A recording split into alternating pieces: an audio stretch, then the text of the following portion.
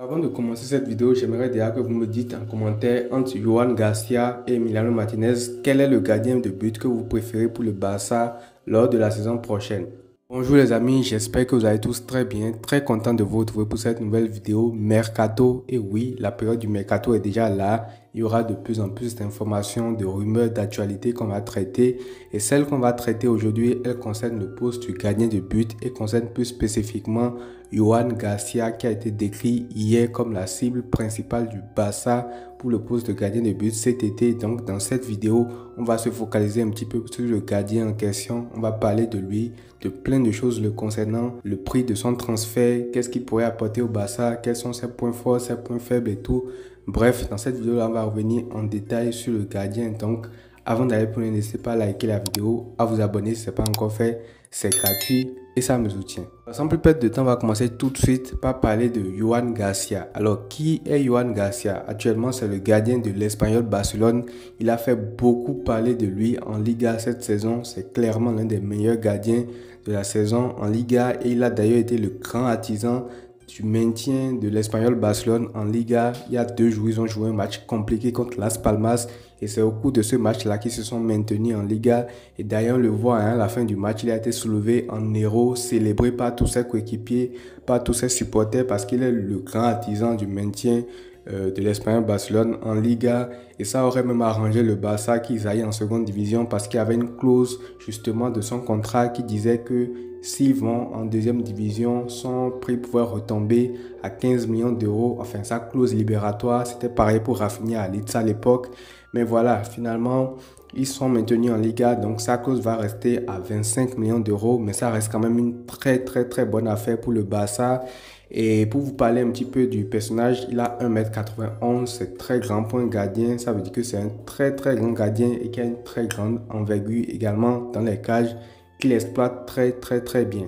Alors pour revenir sur les informations en tant que telles, hier on a appris par la presse catalane que le Barça était très intéressé par le joueur. Premièrement, bon, moi j'étais quand même assez sceptique et tout, et d'après la rumeur qui a été répandue, c'est que Flick et Deco seraient intéressés par le joueur. Ça veut dire qu'il y aurait eu un accord entre le directeur sportif du Barça et Hansi Flick également, qui est le coach concernant ce joueur-là. Et ensuite, dans la journée, j'ai vu que Fabrizio Romano a également confirmé l'information, ce qui rajoute beaucoup plus de crédibilité. Et là, je me suis dit, si c'est ça, je vais en faire une vidéo parce que ça commence à devenir très concret. Alors, à l'heure actuelle, on ne sait toujours pas si ça va se faire, mais c'est une bonne chose que le Barça se rende compte de l'importance de recruter à ce poste-là parce qu'on en parle depuis des semaines et des semaines maintenant. Le Barça a besoin d'un gardien de top niveau et cette info veut forcément dire que Chesney ne prolongera pas du côté du Barça parce qu'actuellement, il y a toujours un doute ou quoi sur son avenir, mais moi, je pense que s'il aurait voulu prolonger, ça se serait fait depuis un bon moment. Donc, je pense que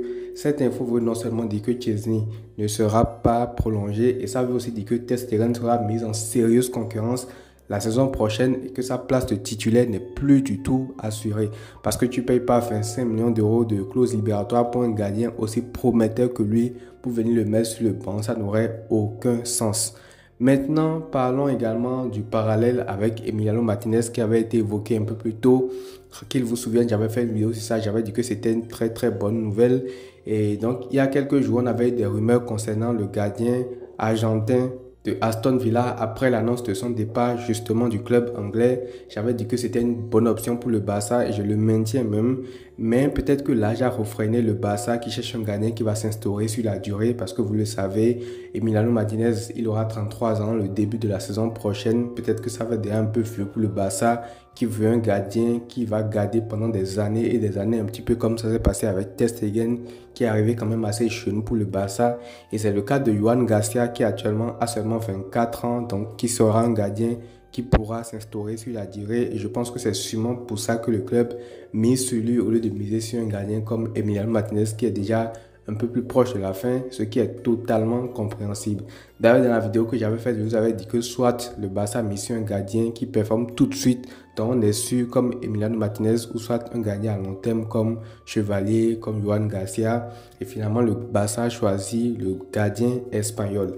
Parlons maintenant des capacités de ce gardien parce que comme je l'ai dit en début de vidéo, il fait partie des meilleurs gardiens de la Liga cette saison et il serait probable qu'il soit même convoqué avec l'équipe nationale d'Espagne lors des prochains rassemblements vu la saison qu'il a faite. C'est pour vous mettre déjà dans le contexte de la saison qu'a fait le bonhomme pour qu'il soit autant prisé que ce soit en Espagne sur le mercato et également en équipe nationale d'Espagne pour les prochaines échéances de la sélection nationale. Maintenant, on va parler de quelques chiffres avancés de la saison du gardien de l'Espagnol Barcelone. Et déjà, je vais commencer par une première statistique, c'est que c'est le meilleur gardien de Liga en termes de buts évités, à savoir 7,49. 7,49 buts évités, ce qui fait quand même beaucoup. Et chaque fois que je vous donne une stat, il faut prendre en compte le fait que c'est le gardien d'un club comme l'Espagnol Barcelone qui subit énormément, ce qui fait que c'est une performance assez redoutable. Il se place numéro 1 du classement de buts évités en Liga cette saison, ce qui fait quand même assez beaucoup, 7,49 buts évités. Je vous laisse imaginer le nombre de buts que son équipe aurait pu encaisser sans lui, tout simplement. Et voilà, pour aller un peu plus loin dans l'analyse, j'ai trouvé intéressant également de faire une comparaison entre ces stats et les stats des gardiens du Barça actuellement. Donc, à titre de comparaison avec nos 3 gardiens cette saison, il n'y a absolument rien à voir. Ça, je peux vous le garantir parce que celui qui fait moins pire dans la catégorie, c'est Chesney avec un nombre de buts évités qui est positif mais qui est très insignifiant. C'est 0,05 buts évités, donc quasiment 0, on va dire, ce qui est très insignifiant. Donc, il y a déjà un grand écart entre lui et Chesney. Et Ter Stegen, lui, fait pratiquement pire parce qu'il est dans le rouge total. Il est à moins 2,16 buts évités, ce qui veut dire qu'il n'a pratiquement pas évité de but au Barça, pas du tout. Même, il en a fait concéder beaucoup plus que ce qui aurait dû être concédé. Et Iñaki Peña, il fait également pire encore. Il est à moins 1,32. Vous savez que quand les chiffres sont négatifs, ça veut dire que 1,32 est supérieur, voilà, à 2,16, ce qui veut dire que Iñaki Peña fait encore pire pendant la petite période d'intérim qu'il a eu.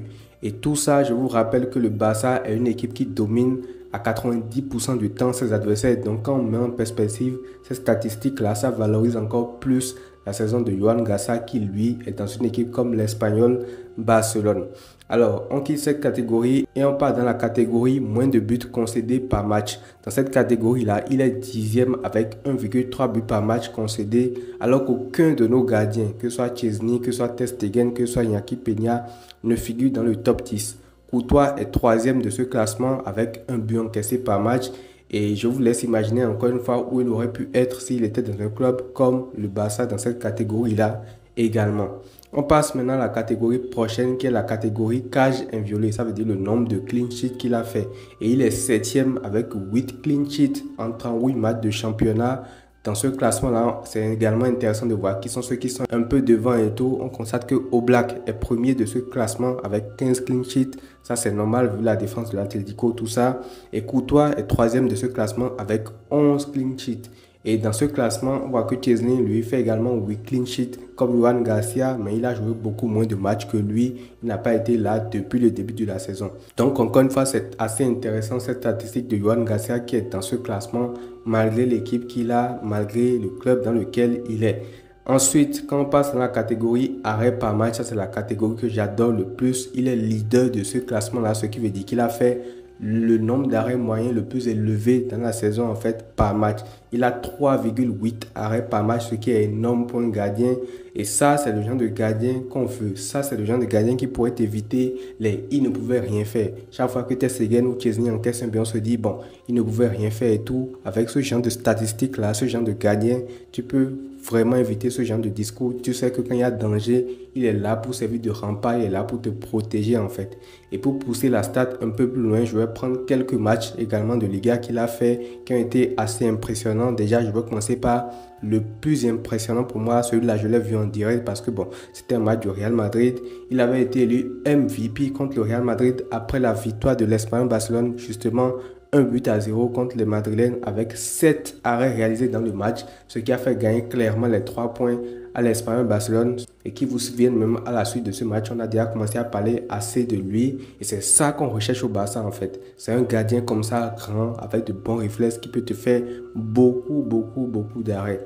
Et également au match aller en Liga contre le Real Madrid, bon, certes ils avaient pris une dérouillée 4-1, mais il a quand même fait 6 arrêts dans ce match-là. Et également contre le Barça lors du match aller de Liga 3-1 au Montjuic, leur défaite, il réalise aussi 6 arrêts. Ça veut dire que malgré tout ce que son équipe se prend comme valise, lui, il arrive quand même à être assez cohérent dans les buts. Donc tout ça pour vous dire que c'est vraiment plus qu'un prospect, c'est un gardien qui peut être très intéressant. Maintenant qu'on a dit tout ça, vous savez justement qu'il y aura forcément des interrogations par rapport à lui parce que voilà, on va se demander s'il peut répéter ce qu'il est en train de faire actuellement dans un club comme le Barça, qui n'est pas du tout le même standing qu'un club comme l'Espagnol Barcelone. Et aussi, il y a évidemment l'expérience qui est totalement inexistante de son côté dans les grands rendez-vous comme la Ligue des Champions et autres, alors que voilà, dans cette configuration-là, Emiliano Martinez connaît tout ça, il peut être plus intéressant. Mais moi, je vais vous dire, je pense que c'est un très bon prospect pour le Barça au vu de tout ce que je viens de dire. Et je pense qu'il ne peut pas être pire en fait que Ter Stegen, que Chesney, que Iñaki Peña. Pas pour leur manquer de respect, mais avec tout ce que je vois, avec un club comme l'Espagnol Barcelone, réussir à s'essayer dans les meilleurs classements en termes de gardiens et tout, je trouve que c'est très fort. Et s'il est aussi bien positionné que dans une équipe pareille, j'imagine qu'il sera dans une équipe comme le Barça en fait. Et c'est pas aussi pour rien que l'Espagne souhaite le convoquer. Du coup, moi je suis 100% avec Flick et Deco, surtout qu'ils le veulent parce que là aussi ça témoigne de la cohérence entre le directeur sportif et le coach. Et ainsi Flick, je lui fais confiance à 1000% en fait. Donc par rapport à ça, je n'ai aucune préoccupation. S'ils le veulent, moi aussi, je suis à fond et j'aimerais voir ce que ça va donner en fait. Donc voilà, c'est tout pour cette vidéo-là. N'hésitez pas à me dire ce que vous en pensez dans les commentaires. J'ai hâte de voir vos avis par rapport à ça.